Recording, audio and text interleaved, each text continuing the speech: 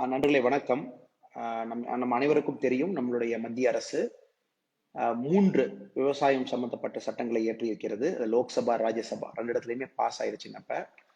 அதை பற்றி ஏகப்பட்ட விவாதங்கள், பிரதிவாதங்கள் எல்லா பக்கம் நடந்துகிட்டு இருக்கு. இந்த வீடியோ அப்படிங்கிறது ஒரு தெளிவுக்காக ஒரு சேனல்ல கொடுக்கப்பட்ட ஒரு வீடியோ. இப்ப நீங்க பாத்தீங்க அப்படின்னா அந்த 3 சட்டம் என்ன? அதனால நம்ம விவசாயத்துக்கு என்ன பயன்? உண்மையாலுமே இது விவசாயிகளுக்கான சட்டமா? அப்படிங்கிறது தான் நம்மளுடைய கேள்வி எல்லாத்துக்கும் இருக்குது.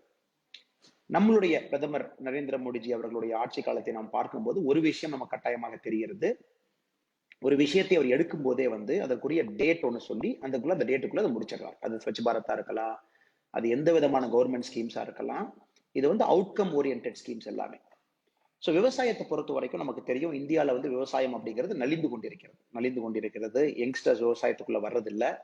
ஏன்னா விவசாயம் அப்படிங்கிறது ஒரு மாதிரி கஷ்டமான சூழ்நிலையில நம்மளுடைய விவசாய பெருமக்கள் செஞ்சுக்கிட்டு இருக்கிற மாதிரி தான் நம்ம எல்லாத்துக்குமே ஒரு ஃபீல் இருக்கு. விவசாயம் பண்றவங்களுக்கு அது தெரியும்.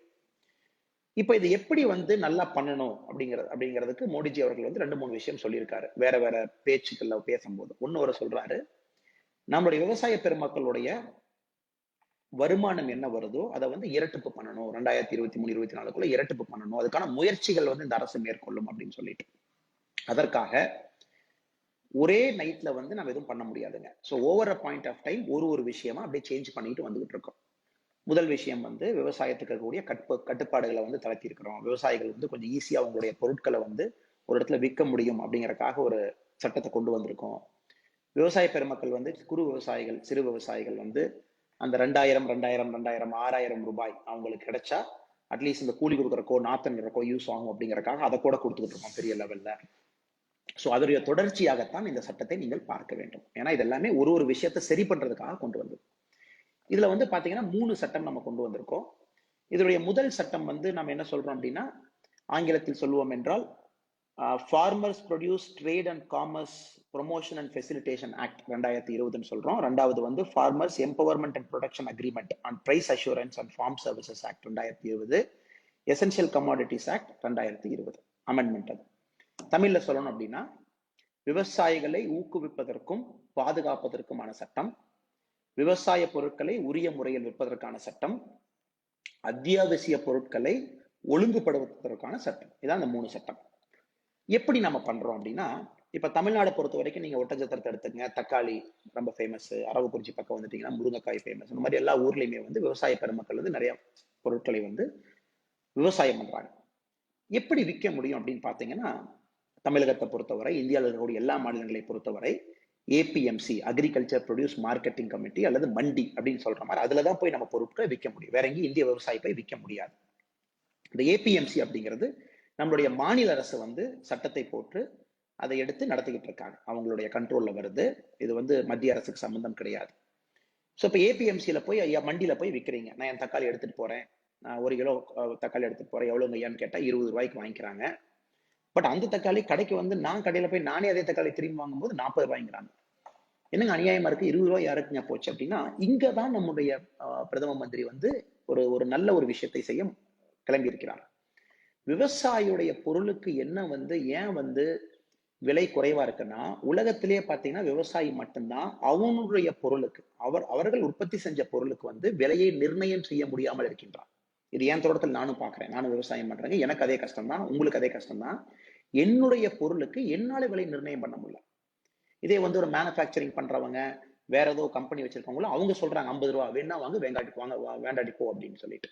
சோ அதனால பாத்தீங்கன்னா அவங்க அதுல ப்ராஃபிட் வச்சு விற்கிறாங்க. இப்ப இந்த மண்டி அப்படிங்கும்போது மண்டிக்குள்ள நாம நம்மளுடைய தக்காளி எடுத்துட்டு போயிட்டோம் அப்படின்னா, மண்டி ஆல்ரெடி சில பேருக்கு லைசன்ஸ் கொடுத்துருக்கு. அவங்க மட்டும்தான் மண்டியில வாங்க முடியும். அந்த வியாபாரிகள் மண்டியில் நம்ம கிட்ட வாங்குறாங்க. சோ அவங்க சொல்ற ரேட்டு தான் நம்ம கொடுக்க முடியும். நாம இது புதுசா ஒரு ரேட்டுக்கு கொடுக்க முடியாது. மண்டி கமிஷன் அப்படின்னு சொல்லிட்டு அதுக்கு ஒரு 2% இருந்து 8% வரைக்கும் மண்டி கமிஷனும் போயிடும். அதுக்கப்புறம் மண்டியில் இருக்கக்கூடிய வியாபாரிகள் பாத்தீங்கன்னா அவங்க ஒரு கார்டல் மாதிரி, அவங்க ஒரு குரூப் அசோசியேஷன். புதுசா எந்த வியாபாரிகளும் விட மாட்டாங்க. இருக்கிற ஆட்கள் தான் மண்டியில வியாபாரம் பண்ணுவாங்க. அவங்கள தாண்டி புது ஆள் வர முடியாது. அவங்க நிர்ணயம் பண்றதுதான் பெருசா ரேட்டு. அது 3-4 கை மாறிய ஃபைனலா கடைக்கு வரும்போது 20 ரூபா 40 ரூபா ஆயிரும். 20 ரூபா 40 ரூபா ஆயிரும். இதை உடைப்பதற்காக முதல் இந்த சட்டத்தின் முக்கியமான ஒரு விஷயம் என்ன அப்படின்னா, ஏபிஎம்சி மண்டி அப்படின்னு சொல்லக்கூடிய விஷயத்தை நாம இப்ப பைபாஸ் பண்ண போறோம். மண்டி இருக்கும், ஏபிஎம்சி இருக்கும். ஏன்னா மாநில அரசோட கட்டுப்பாட்டு கீழ் இருக்கிறது. பட் இதை பைபாஸ் பண்ணி ஒரு விவசாய இது இந்தியாவில் இருக்கக்கூடிய எந்த வியாபாரி வேணாலும் தமிழ்நாட்டில் இருக்கக்கூடிய நம்ம விவசாயிட்டு வந்து வாங்க முடியும். அதான் அற்புதமான ஒரு விஷயம். நம்ம தோட்டத்துக்கு வந்து நம்ம கிட்ட வாங்கிட்டு போகலாம். இது எப்படி வாங்கலாம் சார்? விவசாயிக்கு தான் இங்கிலீஷ் தெரியாது, பஞ்சாபி தெரியாது, பெங்கால் தெரியாது, எப்படி சார் அவங்க வாங்குவாங்கன்னா, இந்த விஷயத்தை பொறுத்த வரைக்கும் 2வது சட்டத்துல நம்ம சொல்றோம். 2வது கொண்டு வந்த விவசாய சட்டத்துல ஒழுங்குபடுத்துறோம். எப்படி விற்க முடியும், வாங்க முடியும்னு சொல்லிட்டு. அதுல இந்த கான்ட்ராக்ட் ஃபார்மிங் அப்படின்னு சொல்லி கொண்டு வரும். அதாவது நாமளே இன்னொருத்தர் கான்ட்ராக்ட் போட்டு நம்ம பொருளை விற்பதற்கான முயற்சி. ஐயோ கான்ட்ராக்ட் ஃபார்மிங் கெட்டதுக்குறீங்களே, அது எப்படி பண்ண முடியும் சார் அப்படின்னா, இப்ப நான் தமிழ்நாட்டுல தெரியும், நீங்க எல்லாம் கோழி வளர்ப்பவர் இருக்கீங்க, கோழி நிறைய பேர் வச்சிருக்கீங்க, நாமக்கல் சைடுல எல்லா இடத்துலயும் உங்களுக்கு தெரியும். பெரும்பாலான கோழி வளர்ப்பு அப்படிங்கிறது கான்ட்ராக்ட் ஃபார்மிங் முறையில தான் நம்ம கோழியை வளர்த்துறோம். கான்ட்ராக்ட் ஃபார்மிங் முறையில தான் வளர்த்துறோம், விற்கிறோம். பெரிய பெரிய கம்பெனிஸ் வந்து வாங்கிக்கிறாங்க. கோழி வளர்த்துறவங்க சிறப்பா இருக்காங்க. இந்த கான்ட்ராக்ட் ஃபார்மிங்கிறது பயப்படுறதுக்கு ஒன்றும் இல்லைங்க. ஒரு கான்ட்ராக்ட் நாம வந்து பண்றோம், ஒருத்தர் வந்து கான்ட்ராக்ட் போடுறாரு, அந்த உயிரி அந்த அந்த கரெக்ட் பிரைஸுக்கு நம்ம கொடுத்துறோம், வாங்கிட்டு போயிடறோம். இதை யாரு பண்ண முடியும்னா, ஃபார்மர் தனியா பண்ணிக்கலாம், விவசாய உற்பத்தியாளர்கள் சங்கம் மூலமா பண்ணிக்கலாம், கிராமத்தில் இருக்கக்கூடிய விவசாய இளைஞர்கள் அவங்களே ஒன்னா சேர்ந்து ஒரு ஒரு ஒரு சங்கம் மாதிரி ரெஜிஸ்டர் பண்ணி அவங்க கான்ட்ராக்ட் ஃபார்மிங் பண்ணிக்கலாம். விவசாய குழுக்கள் ஒன்னா இணைஞ்சு பண்ண முடியும். ஸோ பேசிக்கா நீங்க தனியாவும் பண்ணிக்கலாம், குரூப்பாவும் பண்ணிக்கலாம்.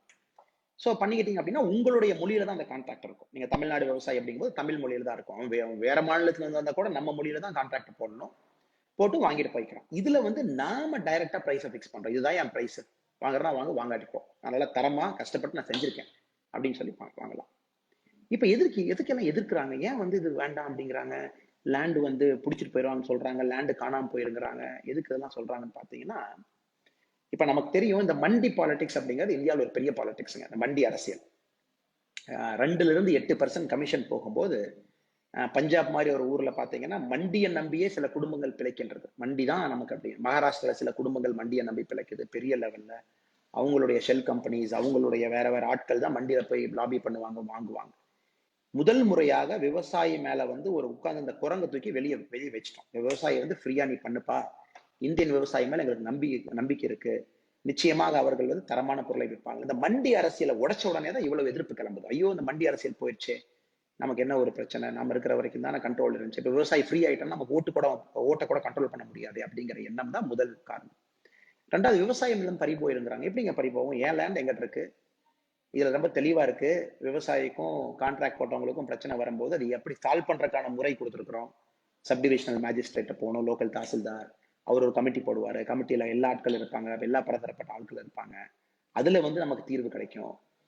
எந்த காரணத்துக்கும் ஃபார்மருடைய லேண்டை வந்து ஜப்தி பண்ண முடியாதுன்னு நம்ம ஆக்ட்ல தெளிவா போட்டிருக்கோம். அப்படி இருக்கும்போது லேண்ட் எப்படி பறி போகும்? எனக்கு அது புரியவே இல்லை. எதுக்கு இந்த மாதிரி பொய்யான ஒரு வதந்திகளை செய்திகளை பரப்பணும்னு தெரியலைங்க. இப்போ 3வது இதனால் என்ன லாபம்னு பாத்தீங்கன்னா, இப்ப முதல் முறையாக விவசாயிக்கு வந்து ஒரு ரியல் எம்பவர்மெண்ட்னு சொல்லக்கூடிய தனித்துவம் கிடைக்குது. தனித்துவமா நான் யாரு மேலே டிபெண்ட் பண்ணாம என்னுடைய பொருளை விற்க முடியும். எனக்கு மண்டி வேண்டாம், மண்டியில் இருக்கக்கூடிய பாலிடிக்ஸ் வேண்டாம், இவங்க வேண்டாம், அவங்க வேண்டாம், நான் டைரக்டா விற்பேன்னு சொல்லிட்டு. நீங்க பாருங்க, அந்த 8% கமிஷன் சேவ் ஆனாவே எவ்வளவு பெரிய ஒரு விஷயம் பாருங்க. அந்த 8% போயிருது. ஆர்டிபிஷியலா வந்து பிரைஸை கண்ட்ரோல் பண்றாங்க, இந்த பிரைஸுக்கு தான் விற்கணும்னு சொல்லிட்டு. ஏன்னா அந்த வியாபாரியை தாண்டி இன்னொருத்தட்ட விற்கவும் முடியாது, எல்லாம் பெரும் வியாபாரிகள். அதை வந்து உடைச்சாச்சு. இப்ப 3வது சட்டம் என்ன அப்படின்னா, அத்தியாவசிய பொருட்களுக்கான சட்டம். இப்ப 1955ல அத்தியாவசிய பொருட்கள் சட்டம் ஒன்று கொண்டு வந்தோம். இது வந்து வேர்ல்டு வார் 2 முடிஞ்சதுக்கு அப்புறம் வந்தது. ஸோ கவர்மெண்டே பாத்தீங்கன்னா எந்த பொருளை எவ்வளவு விளைவிக்கணும், எவ்வளவு ஸ்டோர் பண்ணணும் அப்படின்னு சொல்லி கொண்டு வரப்பட்ட சட்டம். இப்ப நமக்கு தெரியுது, வெங்காயம் பாத்தீங்கன்னா 200 ரூபாய்க்கும் போது 20 ரூபாய்க்கு வருது. எல்லா பொருளும் இதே மாதிரி தான் போயிட்டு இருக்குது. என்ன அப்படின்னா பதுக்குதல், எல்லாம் பதுக்கி வச்சுக்கிட்டு இந்த மாதிரி ஆப்ரேட் பண்றாங்கன்னு சொல்லிட்டு நம்மளுடைய அரசு என்ன பண்ணிருக்குன்னா, இந்த அத்தியாவசிய பொருட்கள் சட்டம் அப்படிங்கிறத திருத்தம் பண்ணி நிறைய விஷயத்தை அத்தியாவசிய பொருட்கள் வந்து வெளியெடுத்தாச்சு.